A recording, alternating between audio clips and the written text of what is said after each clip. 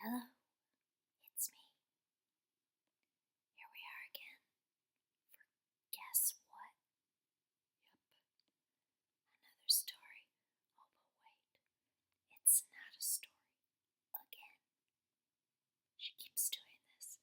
She writes these little things that are in no way a story, and then she just decides to make it legit by calling it a pamphlet. Okay, so that's what you're gonna get probably from now. Okay. She says she has more stories, but I'll believe it when I see it. Anyway, today you're getting another pamphlet, another numbered pamphlet, so you can live your life. Fabulous. Well, hope you enjoy it. Love you. Pamphlet number 242. For a place where we find true love.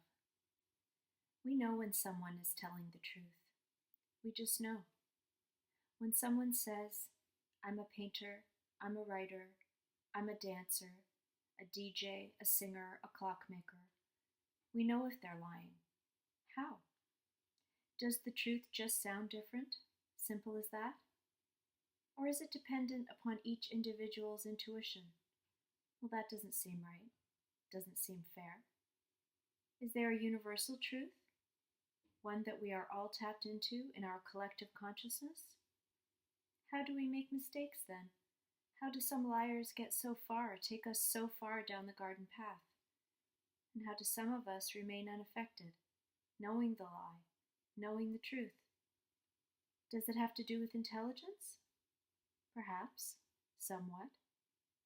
But maybe it has more to do with need, what we need to believe to get on, or what we tell ourselves we need to believe. We complicate things for ourselves so that the decisions we make won't be so easy, won't be perceived as so easy, and then we won't have such responsibility.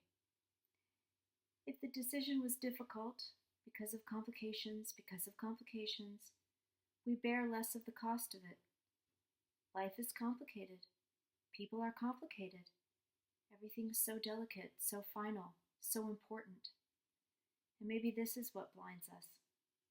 That whatever we do today will somehow, inevitably and unshakably, affect tomorrow and the day after on towards death. How vital we are to the nature of things, to this gigantic universe. What would it do without us? Probably what it did before we arrived, what everything always does. Live, breathe, reproduce, eat, die. It isn't so complicated. We try and make it that way, though. We think it will give our actions more importance. Have you ever heard someone described as simple and taken it as a compliment? Complicated, though. That's interesting. What an interesting person with her awful childhood and fraught adult relationships. The simple things never interest us. We require the bang and pop of fireworks, tears and yelling and loudness to even pique our interest. We think more is more. To have more is to be more. To say more is to mean more. And where is the truth in all of this? Well, it's complicated. It's too complicated for us to contemplate. There's too much to think about, too many variables in the equation. Oh, it's also confusing and terrible. And it would indeed be terrible to think that we missed it, the truth. That it was sitting there all the time, not pushing or shoving or wheedling or preening, waiting for us to notice. The truth just isn't enough. It isn't enough to excuse our behavior or explain it. It isn't a good enough reason. So, we look for other things to get ourselves out of having to face up to our choices. We seek to cloud that which is abundantly clear because it's too simple and it's too good.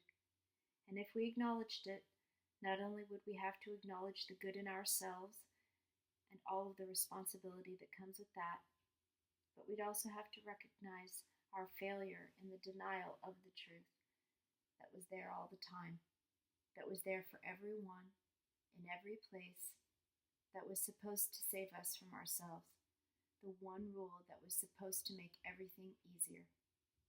Imagine if we knew the truth, if we stopped denying it. Imagine believing somebody when she says simply, sweetly, without fanfare or ego, I love you. I love you, and it feels so good because it is good, because it is true.